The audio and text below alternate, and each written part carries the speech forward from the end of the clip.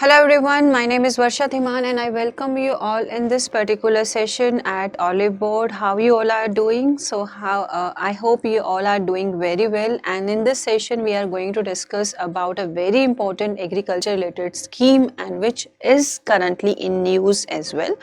So if you want to prepare for regulatory exams, you can connect with Oliveboard regulatory exams. You can subscribe to our YouTube channel and you can install a mobile application so that you can have better preparation with us. Okay, so let's start our discussion. In this session we are going to talk about the digital agriculture mission 2021 to 2025. What is this particular mission is all about? So let's start our discussion over this. So Niti Aayog insight on agriculture and AI growth target. What's the target? Like how the AI can help in agriculture and what has Niti Aayog decided. So agriculture needs to grow at a rate of 4% or more to sustain an annual growth rate of 8 to 10% in the overall economy. It is needed that agriculture should boost, agriculture should give good results, right? So with that thought in mind, what it is decided to introduce AI in agriculture. The value of AI in agriculture is expected to reach $2.6 billion by 2025 with a compound annual growth rate of 22.5%. Now, what's the current role of AI?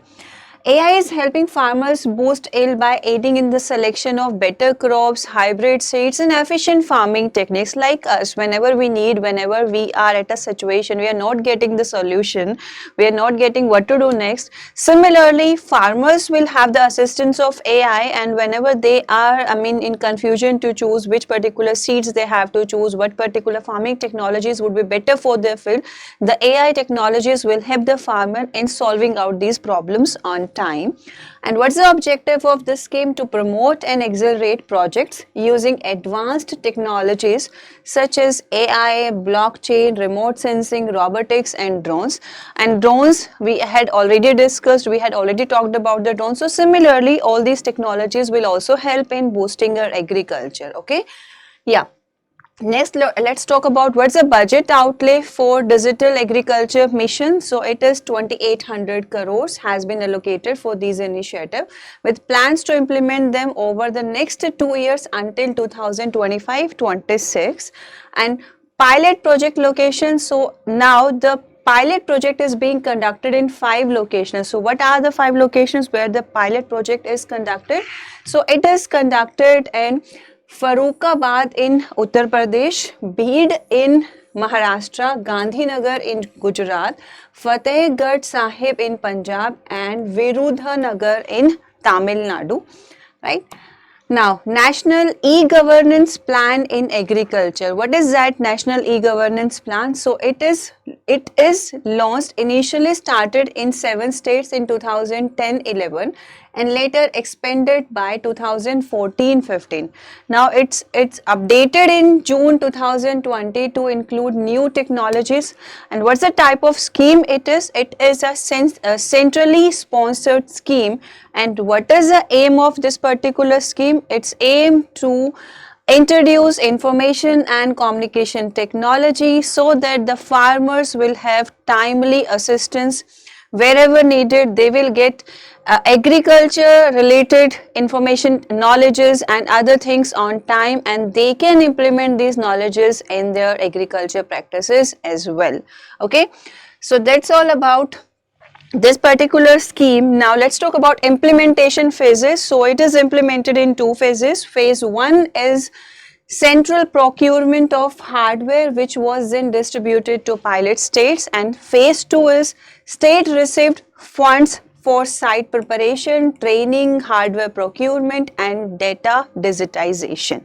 So that's how this particular scheme is implemented. Now features of, let's talk about its features. So farmers portal, what is that?